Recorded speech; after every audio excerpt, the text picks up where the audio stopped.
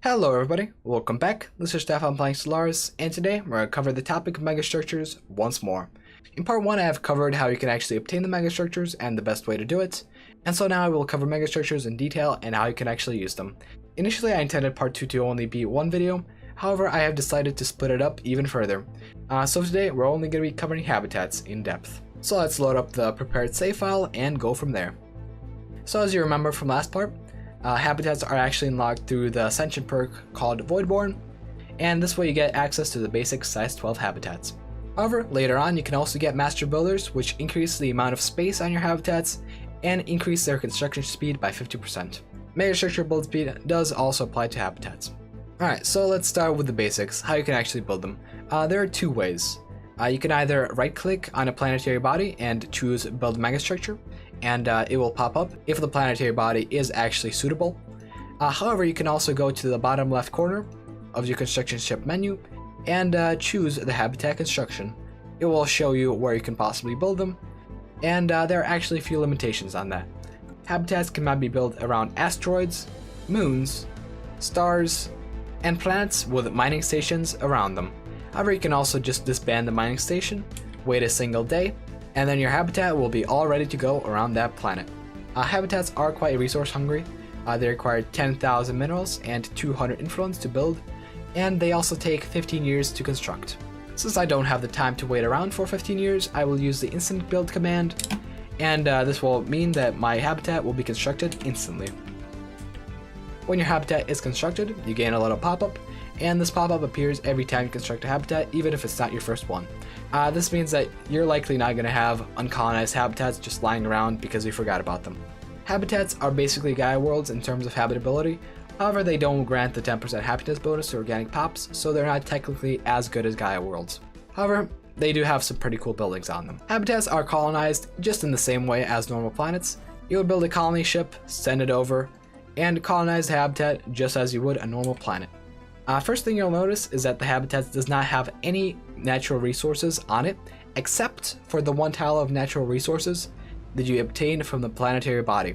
For example, this gas giant had 2 energy present on it, and so it is transferred to a single tile on the habitat. If there are any strategic resources, they're transferred just in the same way, and if a pop is on the tile, even if there's a building on it, it will be mined and you will obtain the strategic resource. Also, when you are constructing that first capital building, keep in mind that there are no adjacency bonuses and that you're not losing anything by placing it just anywhere. You do have to keep in mind that if you have a habitat in a system, it will be considered a directly controlled colonized system, and so it will count against your cap. However, you can also start building certain modules on your starports, including trading hubs. Because of this, I actually suggest building habitats in systems that you have already colonized, and this is because you will be able to control them and they will not count against your cap. Alright, so we have now colonized this nice little habitat. And so now we can actually cover the buildings present on the habitat itself. So first building that you have is your habitat administration. It produces 5 energy and 2 unity. It also gives you 20% governing ethics attraction and produces 2 defensive armies. It is quite similar to a typical planetary capital, give and take a couple points. Next up, you have your 6 buildings that are exclusive to habitats. You have your agricultural zone that produces 4 food each month, and you have your astromining bay, which produces 4 minerals for 2 energy. These are equivalent to tier 3 mining networks and hydroponics bays. However, since you don't have any natural resources on your habitats, these will be a lot less potent. The last purely resource producing building is the solar power processor. It is actually the best one out of them all. This is because the 6 energy it produces is actually better than a tier 4 power plant, and so this building is actually directly better than any building you can build on your actual planets. You also have a research producing building. It is the laboratory complex. The beauty of this is that it produces 2 of each engineering, society, and physics, meaning that you can spam it and not worry about micromanaging it. The total science output is actually equivalent to our tier 2 facility, but since you don't have to unlock and manage every single type of laboratory, it actually becomes very, very convenient. You also have 2 buildings that produce unity. You have your leisure district. It produces 4 unity, but it also increases the happiness of all your pops on the planet by 5%. Of course, this is only citizen pop happiness, but realistically you shouldn't be having any slaves on your habitats. And then you also have what I consider the worst building of them all, a security zone. A security zone is inferior to a stronghold in the amount of armies it produces, and it also has the disadvantage of not being able to be upgraded to fortresses. This effectively means that your habitats are not going to be your choke points, and you are going to have normal planets to actually defend. There are also certain buildings that are possible to build on your habitats, such as Symbols of Purity and Paradise Domes. These, combined with Leisure District and the Capital World, actually end up producing 12 base Unity, which is quite solid, and if you have a bunch of Unity bonuses, this can get up to a total 30 Unity production. Also, if you have certain technologies unlocked, such as Resource Replicators and Gene Clinics, you can also build them on your world, and in fact, you can even upgrade the Gene Clinic. The fact that you can put Resource Replicators on your habitats is very useful if you're also running a Dyson Sphere in that system. Yes, indeed, you can build habitats in a Dyson Sphere system, or even a black hole for that matter. Also, if you make your habitat your capital world, and you can easily do so, you can also build the Mega Alignment on it. That means that you can choose what system gets the Tomb Worlds from the event chain. You may find the 12 tiles of space on your habitats a bit underwhelming, and this can be easily remedied by also unlocking the Master Builder's Ascension perk. This randomly gives 3 tiles of space on your habitats, but since there are no adjacency bonuses to worry about, it doesn't matter where they are. These tiles are fully functional. They're even applied to habitats that you conquer. Now let's get to the fun part, the actual habitat builds. So the most typical build that I have used for my past 2 playthroughs is to go for a Leisure District first, Paradise Dome second, and a Symbol of Purity third. This means that you get a very decent chunk of Unity production out of your habitats, and so they're not going to be a drain on your tradition progress.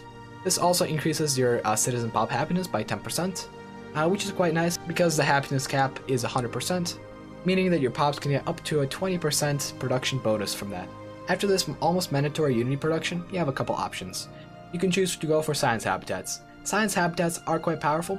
All you do is you spam laboratory complexes everywhere, and you don't really have to worry about imbalanced production because it's going to increase production in every single field. With this, you have the potential of producing a base 22 research in every category from a single habitat. This could be increased in a variety of ways, and in the end, I usually get 30 of each research category. Alternatively, you can also go for an energy build. Since solar power processors are literally better than tier 4 power plants, you can spam them on your habitat and be happy. In fact, if you spam them on all remaining 11 tiles, you get a base 66 energy production. And if you factor in all the bonuses you get by the mid-game, you can get 100 energy production per habitat very easily. This means that 10 habitats can easily replace a single Dyson Sphere, and in fact, all this production can also be limited to a single system. This actually would be a lot cheaper in terms of minerals, a lot more expensive in terms of influence, and it would also increase your naval capacity, starbase capacity, and all the various bonuses that come with having more pops. Also, if you're gunning for victory, habitats do count towards your total planets, and so even if you're on a small territory and you spam habitats, you can win against an empire that has conquered half the galaxy. If you're really desperate for minerals, you can also spam astromining bays. This is not something I recommend because astromining bays are not that good of a building, and you cannot have mineral processing plants on your habitats. However, filling up all the remaining tiles will produce 44 minerals, which you can easily get up to 70 with a variety of bonuses. Another way to get lots of minerals from your habitats is to build a whole bunch of resource replicators and combine that with a Dyson Sphere, and turn the 1000 energy produced by the Dyson Sphere into 800 minerals. Since resource replicators actually provide a planet modifier instead of a 40 mineral tile, your production will not be increased by any bonuses, except for bonuses that apply to your whole empire, such as mining guilds for example. Overall though, habitats are extremely powerful. It can even overmatch certain big megastructures such as a science nexus, a ring world, or a Dyson Sphere in terms of production in a single system. Plus, these can also be spammed indefinitely, meaning that you don't have limitations of only having one. Alright, so I believe that about does it. If you enjoyed the coverage, please leave a like. And if you want to see more guides like this, the next one I'll be doing is probably going to be on ring worlds. Please consider subscribing. So thanks for watching, and I hope to see you guys in the next one. Bye bye.